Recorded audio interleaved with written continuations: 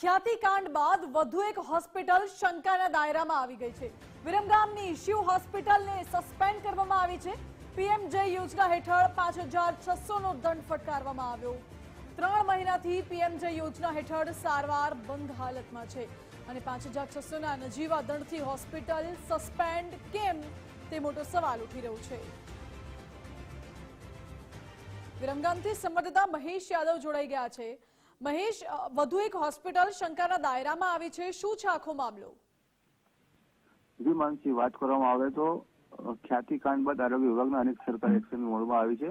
પીએમજય યોજના હેઠળ ચાલતી હોસ્પિટલો સસ્પેન્ડ કરવામાં આવી રહી છે, જ્યારે વિરમગામની નામાંકિત શિવ હોસ્પિટલ જે જૂન મહિનામાં નોટિસ આપવામાં આવી હતી અને ખ્યાતિકાંડ બાદ સસ્પેન્ડ કરવામાં આવી છે।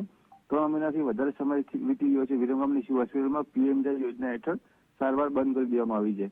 સૌથી મોટો પ્રશ્ન એ છે કે પીએમજય યોજના હેઠળ માત્ર 5600 રૂપિયાનો દંડ કઈ રીતે આપવામાં આવ્યો છે, કોની રહેમ નજર હેઠળ આ હોસ્પિટલ ચાલી રહી છે, એ પણ સૌથી મોટો પ્રશ્ન છે।